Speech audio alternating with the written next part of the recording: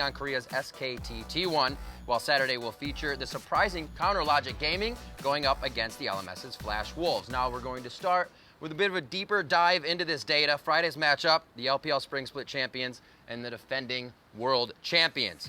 These two teams ended the group stage with a world-class battle on Sunday. We all remember it. Now I want you to kind of pull from your minds that and tell me who's going to come out on top in that game coming up. I think it'll actually be, it's tight. Like, it's super close. In my mind, I want to actually say it's LCK's. Well, no. I'm going to go ahead and say Royal. Because, well, thing is. No, okay. No. We're going to go with Royal. When they fought, both games were super close. Game 1 was a huge early game win for Royal, for China, and then it went down to like a 60-minute team fight that any team could have won. The second game they played, pretty much the same situation as well. Royal winning by a lot, super close as well. So, I don't know. It feels like the Chinese squad's more on point. And maybe if the Koreans shape up, they improve, but I think they're still the Chinese squad's I think the one thing that we have to keep in mind is that the two games that the RNG ended up losing, we all talk about how great their team fighting is, Mata's engages and this and that, but super late game versus SKT and versus CLG, the other team managed to outfight them and it came down to those details, and if that happens twice, I don't know if that's something that might be a reoccurring theme in that best of 5 as well. Yeah, I also think Royal Never Give Up have lost more games to themselves than teams have taken off them. I like that. You know, when you look at the throw against CLG, when you look at the inability to press the lead against SKT on Friday, the last day, Sunday rather, last day of the group stages, I actually think Royal Never Give Up are going to win because their players are performing better. They've got a massive stadium of support behind them, and I think the mistakes that have cost them games can get fixed in a week. But you look at Blank, you look at Duke, I think they're being outperformed by their opposite numbers, MLXG and Looper in the top lane, and I think that's going to be a big problem when you look at best of 5s. Shucks? Well, I really want to look at, those players will always look at MLXG doing so good. You always look at Faker for SKT, but I want to look at the support matchup. Of course, we had the big Mata story. Absolutely. And when I had an interview with EDG Aaron, and one of the days he said, well, if I was to change anything in SKT, it would be their support. And I followed up on that when I saw him yesterday, and he explained it's not because Wolf is a bad player. It's that his priorities lie differently. He's great in lane, but he's not good at the things that are important in the tournament and in the meta. Roaming, jungle support synergy, and map pressure. And that is why I think Mata and RNG might have an edge. Yeah, well, I kind of agree. I think like Wolf's champ pool is kind of weird. Like, I just feel like he's so much less diverse than the other players here. And if he's not crushing Whoosh in lane, then look, Royal kind of gets off the ground running, and also it's a matter of them picking the right compositions. Like when they lost to CLG, it's because they picked a bunch of non-team fighters. Okay, yes, they failed to close out a game. They kind of screwed around a little bit here, but if they pick proper compositions, and I trust the coaches to have to do so, then I think they're fine coming into late game. All right, well, the competition is going to be the result we have to look at, and it's going to be coming up quite soon. You can check out that Clash of Titans live from Shanghai Thursday at 10:30 p.m. Pacific, or Friday at 7:30 a.m. if you're in that Central European summertime. Of course, Shanghai is home to more than this Friday's semifinals for MSI. It's home to a beautiful skyline, more than 24 million people, and if you've been watching for the past few years, the LPL, the League of Legends Professional League. And one of the biggest stars from that league, Cool, was nice enough to take a few of our cameras a few hours outside of Shanghai to the beautiful serene water village of Shitang and show us around. A beautiful place that's nice to go when you just want to get AFK for a while.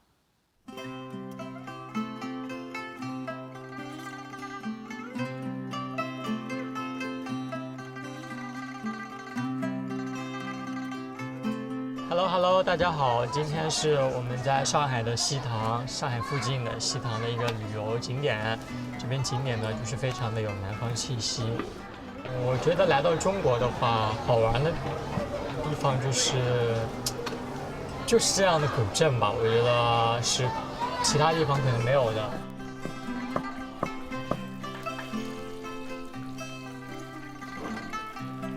这个是馒头，像那种油炸的馒头，我觉得也应该很好吃啊，我吃一下。它里面还有馅。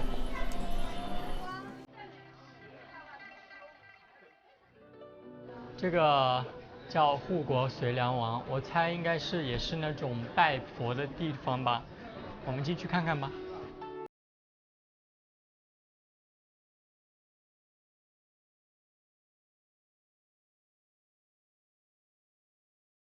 就是平平安，哎，这里刚好有零钱，这个地方应该就是可以放零钱的地方，你可以在这里许个愿，但是我等一下会进去许。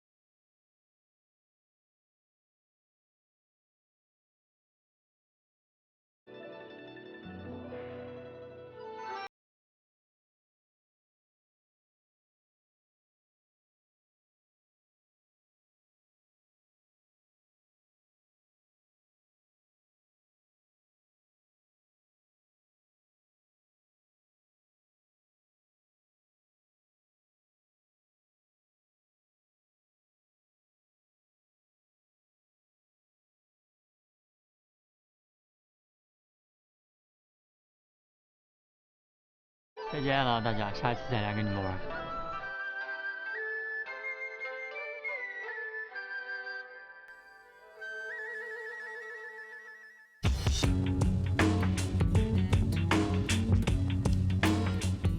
Now, let's shift from the serene surroundings of Shitang to the big light up stage here in Shanghai, where we've gotten to know the world's best pros even better over the last week of MSI action.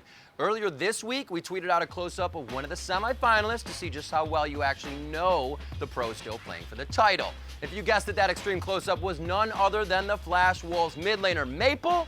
Baby, that's kind of sappy. The Flashy Wolf dominated the LMS playoffs and continued to prove why he is one of the world's best in the role during the group stage of MSI. Maple led all mid laners in KDA, kill participation, and kill share. He outdueled Faker and went toe-to-toe with Xiaohu, and if the Flash Wolves claw their way to the midseason Invitational title, Maple will be the biggest reason why.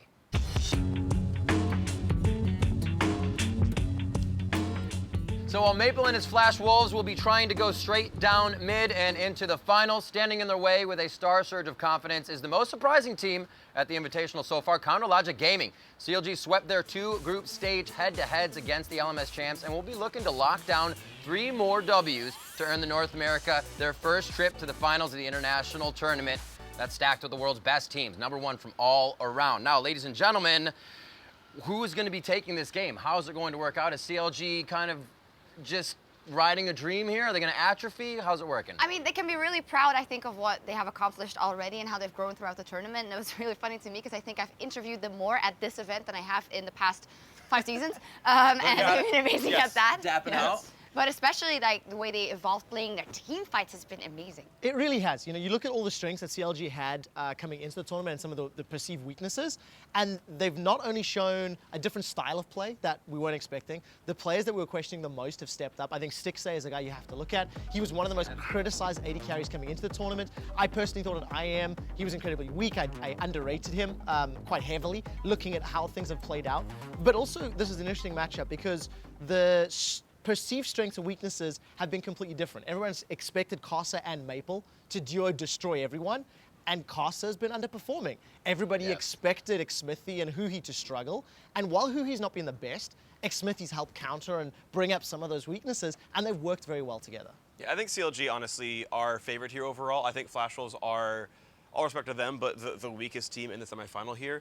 Okay, yeah, they chew out SKT, so like there's that piece there, but this is the best possible semifinal for CLG here, honestly. I think they've wound down. I think they started really strong when all the teams were still evolving, but I wasn't as impressed with them in their last games of Flash Wolves as I have been in the beginning. And there's glimmers, right? Like Maple was insane at the beginning, and he's still very good. NL actually had a very good game at the very end there. I think it was the CLG match. He was like getting in the backline, doing a whole lot on the Ezreal, but that's like 1 game out of 10 where I've been actually impressed by NL. And as you mentioned as well, Trevor, like I'm not seeing enough out of Karsa. Yeah, and like, I think... And he's supposed to be a star here. And I think if you look at both teams, over all 10 games, CLG have had a higher ceiling, a better understanding of the tournament meta, better performing players across all 10 games. And, you know, I also think just one last thing between Afro and Sword Art. I think Afro's had a better tournament than what we've seen out of Sword Art. He seems to be making better calls. He's working with Darshan very well. And Sword Art, there was a lot of hype, a lot of, you know, pressure on this guy's shoulders, making some poor calls for the Flash Wolves overall, again, over the entire group stage. And I mean, you saw Sword Art's Bard. He tried to take that away from Afro, and it was actually like, this is roughly my level of Bard. It's like he missed every single Q off his ultimate. His teammates couldn't combo off it either. Like the tempered fate's really bad. If that's a fluke, okay, that's fine. But honestly, not impressed by Sword Art when he's trying to steal away picks. It's also interesting to me because I think at one of the first days of the group stage in an interview, I think Sword Art really said, well, CLG isn't one of the strongest teams here, and kind of everything changed. And mentally, I think it will be very interesting to look at how they perform CLG as well, because Stixay has gone from, I mean, being underrated and nobody expects you're going to do anything to having Blank, Bang, Wujin all saying that he's great. That's kind of turning into almost a meme amongst them. It's a big Stixay But love fest here, I do have to say, with Blank, I didn't even directly ask about AD carries, and they did bring him up, and I do think it's meant. Yeah. There's one final point I want to bring out, though, is who he's getting a ton of flack.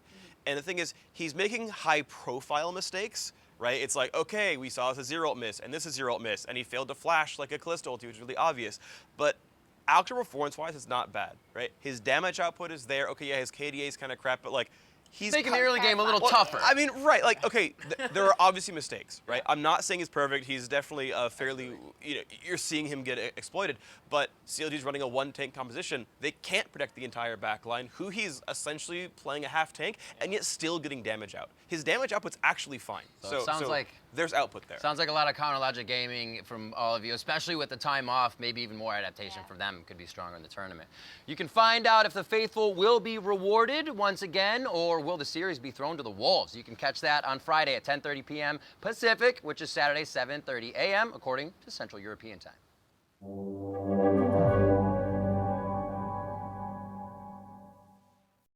Hey everyone, let's talk about Twitter, because it's everyone's favorite segment, because it involves only me and no one else, right? That's why everyone loves this so much. I'm sure it's why. Now let's talk about last week's Twitter question. I was on the Great Wall of China, and I asked you guys to tell us who would be the top 4 teams in the midseason invitational, and I was wrong. But it included the LPL, the LCK, the LMS, and actually the North American LCS of Counter Logic Gaming, so massive props to all of those of you who got that top 4 correct. It's really impressive.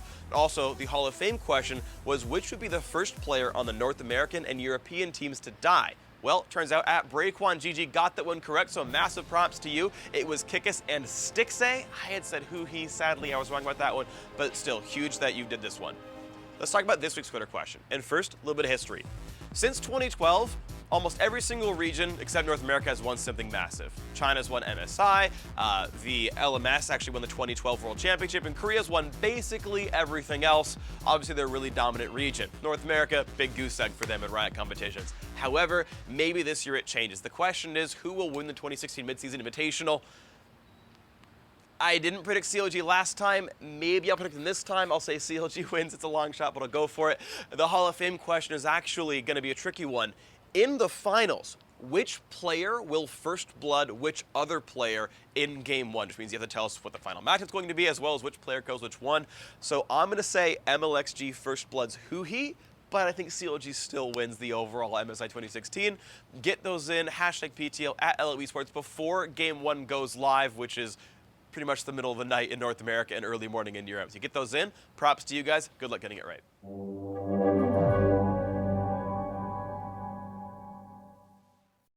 All right, while you are locking in your Hall of Fame level tweets, I'm going to turn to our Hall of Fame panel and freaks to get their prediction on who will walk off that epic MSI stage with the title and the trophy. Freak, I'm going to start with you since you felt the need to reveal that CLG would win. How do you think it's going to happen, baby? So I think I jinxed it because I get every Twitter Already? question wrong. Oh, so God. now I'm like, I wish I just said Royal so that we could have the faith continue. But yeah, I just have the faith in CLG. Look, they beat every team once, so like I think they're favorites to get in the finals in the first place, and I think yes, they can take down Royal SKT, whichever team that is.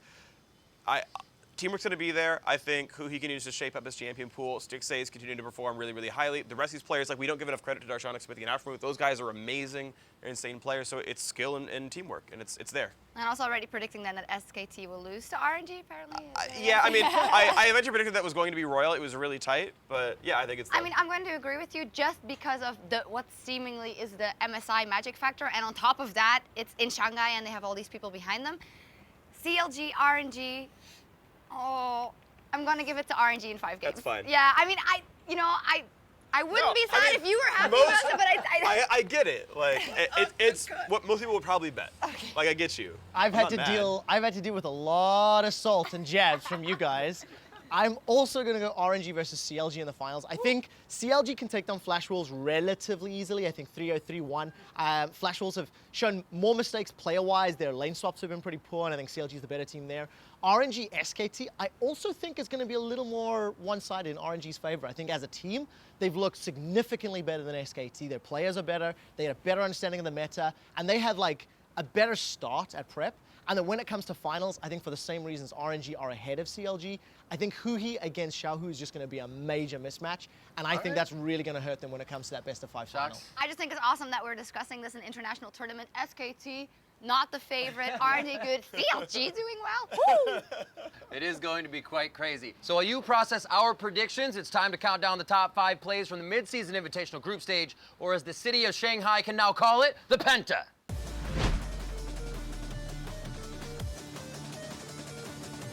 Shifting in to number 5, Flash Wolves NL didn't need a map when he sniped SKT's Faker.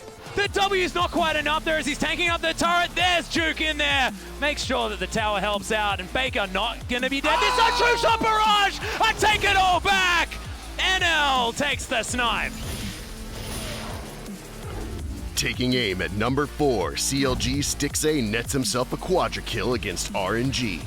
Let's find out what damage can be done. Mata's taken a lot, but he's still in the front line with that unbreakable will. He's flashed forward, hasn't found anything. Xiaohu's looking to find one back, but the Cowl's already down. Darshan forced to flash defensively, and CLG are on the retreat. A very good stun for Counter Logic Gaming. A double kill for Stixay. He manages to 90 caliber net, finds the triple, looking for the quadra. Xiaohu's running for his life. He gets one. Stixay shuts him down. It's a quadra kill for America. At number 3, SKT's Wolf used his head to send G2's Trick to an early grave. Wolf not getting caught out though. No ultimate available. Oh, that is absolutely sick. What? That's just disgusting. Oh, you can't see him walk back. Wow. RNG's Looper brought the hammer down on CLG's Stixay on our number 2 play.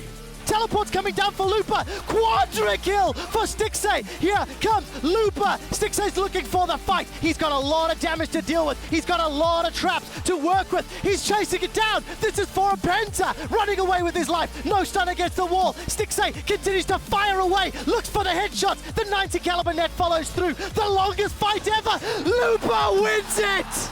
Call your family, call your friends. MSI is bonkers already.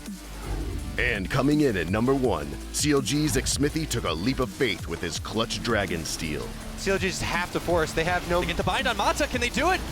They have just bite Baron. A Dragon ain't dying, I should say. Stixay does get Mata. The Dragon goes down. It's secured by Xmithy. That is the first one for that. Can they do it? Oh, can you believe? Do you have the faith in CLG? Because they just secured 3. Looking for 4. Looking for it. And can they end on this one? Are you kidding me? Smithy goes in and he lambs with spites to keep the Dragon alive so they can't get 5th Dragon during the fight. Holy moly!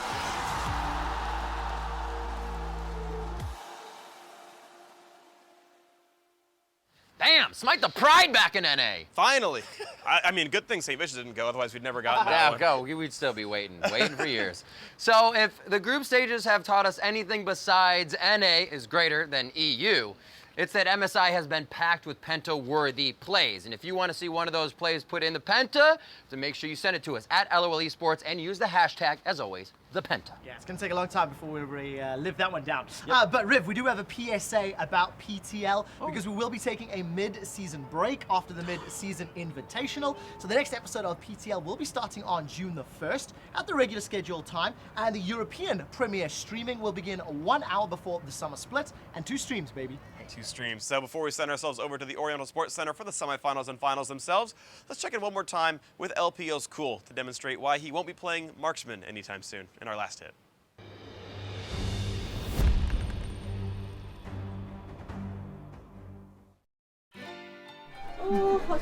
是这样拿枪吗？对，这样子。这样，对，这样，这样头歪一点，闭一只眼，闭这只眼，向那只眼看，打这个的地方，你稍微抬高一点，每一次得打这个地方一直向前看。给钱，走人。好，10块钱。还是没有好。我觉得我不适合打 AD。你觉得你？哇，这样子我都打不中的，我也不想打了。